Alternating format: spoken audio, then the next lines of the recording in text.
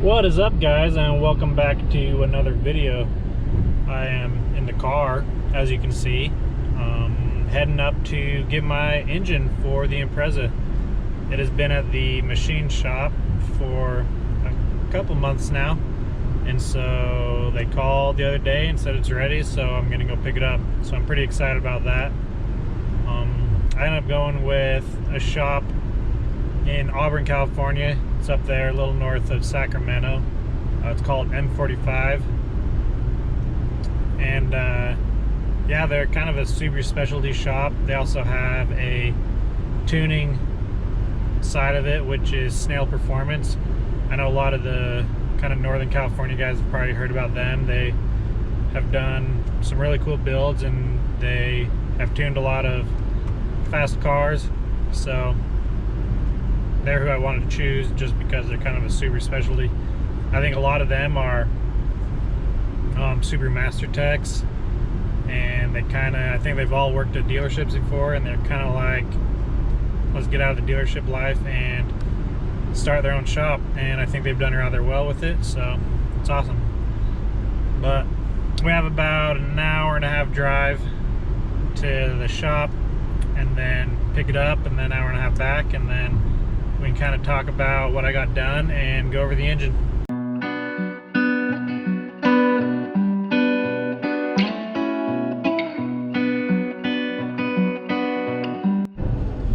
So I just passed a place back there, and every time I drive past, it seems like he always has a different old C10 pickup for sale. And I have always wanted a C10 pickup, like a 70 to 72. That's kind of my favorite front end. The kind of 69, 68, they're very similar, but I think I like the 70 a little bit better. So it's always kind of the one that I wanted. So who thinks that I should get a C10 truck to build? Maybe Turbo LS?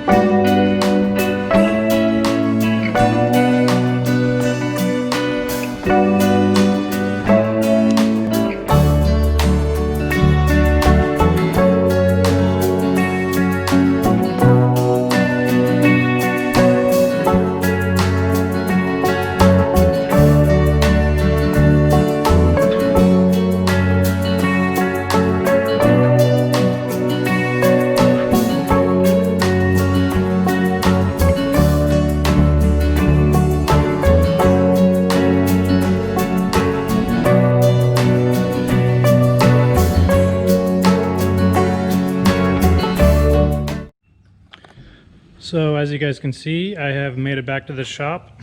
Have all these beautiful parts here. As you can see, we have 2 blocks here. So this is the first one that I brought to him, and unfortunately there was rust in one of the cylinders that we thought was just surface rust.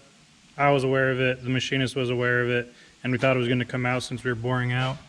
But they called me and said, you can barely see it there, hey, that rust didn't come out.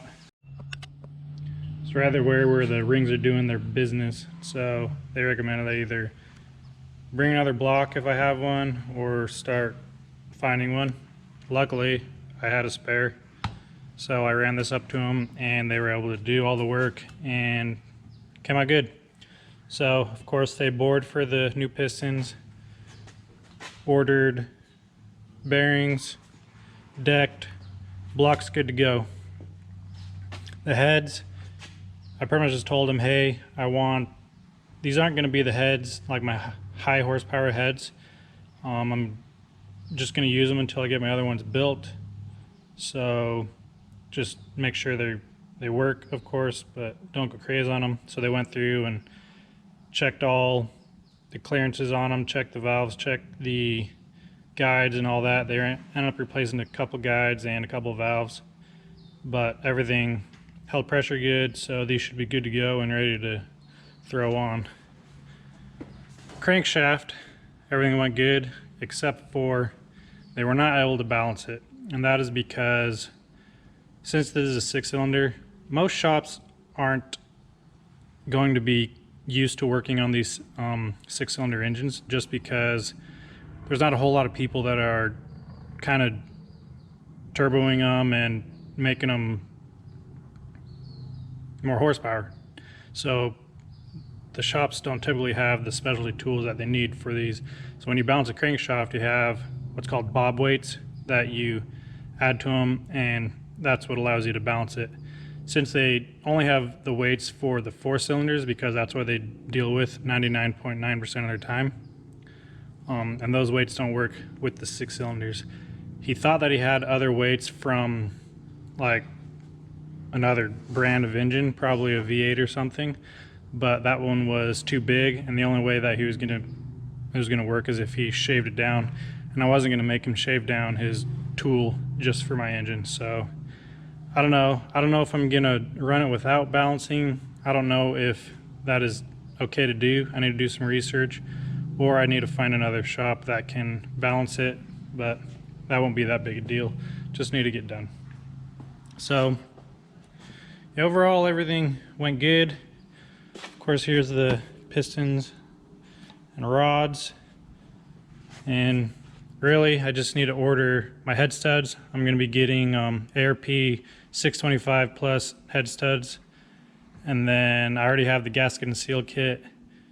Yeah, there's just a few other things, and of course I need the head gaskets, but we're getting there, getting close. I'm going to start double checking specs and oil clearances, and then we can throw it together.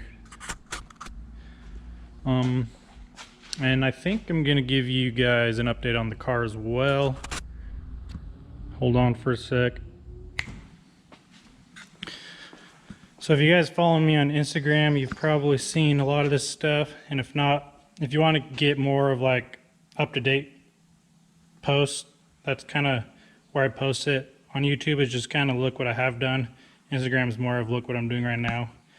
So I did the battery tray delete just to make room for my bigger intercooler piping, and then I can utilize this space better.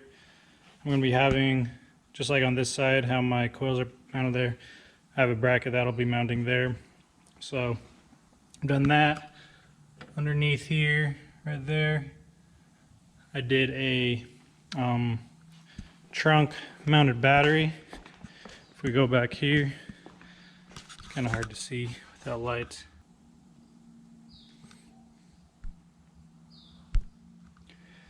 So there we go. So trunk mounted battery.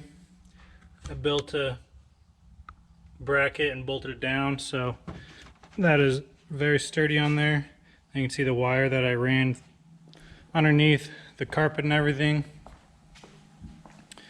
I also patched a hole in the firewall there where one of the old harnesses came through.